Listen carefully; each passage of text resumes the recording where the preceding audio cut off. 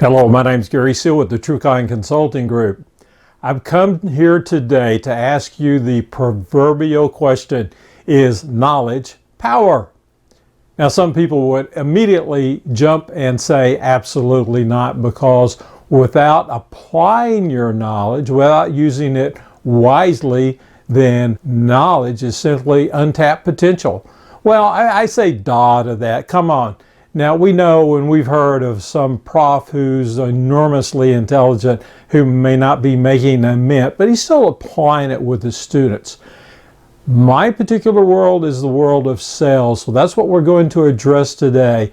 Unfortunately, because the time limitation is not in the depth that it could be, because this is a multi-day seminar, but we need to have knowledge in 4 particular areas.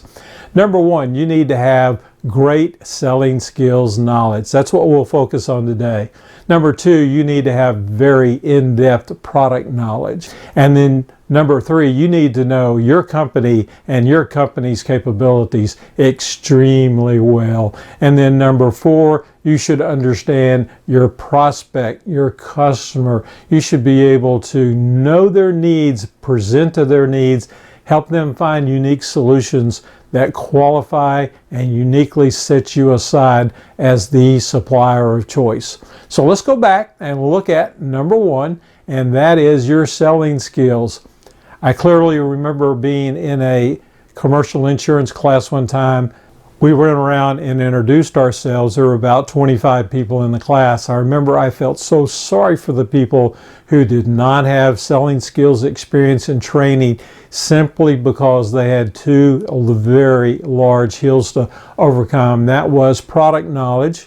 It's an enormous field with a lot of details. And then the selling field is something that, do you ever really master it? I think a few do, but for the most part, it's a lifelong learning experience. Things change all the time. So let's look at some of those components. Number 1 would be time management. Compared to almost any other associate, you have more latitude in the way you spend their time than anybody. And if you don't have the discipline there, that's going to create problems for you.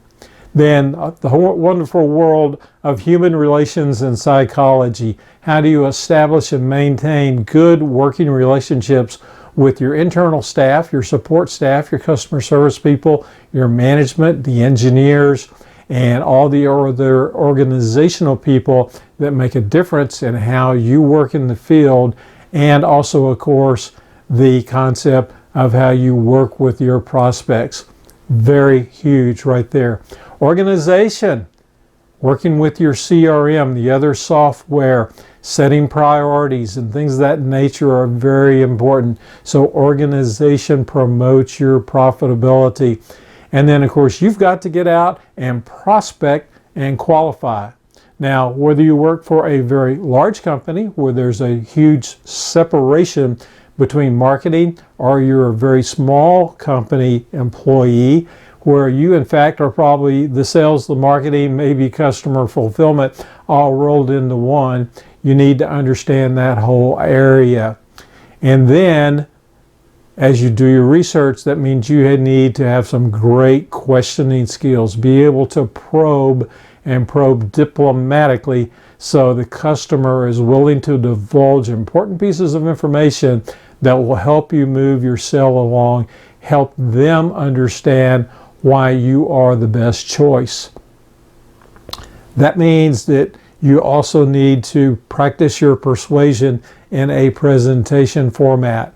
Now today that takes many different types of styles and different venues. We also work and exist in an area of very large geographic coverage where we can't get on an airplane and fly somewhere. We need to be very creative in the way we present. And then, of course, the proverbial and very important issue of how we follow up, and eventually, when it comes to the right time, we have to close properly.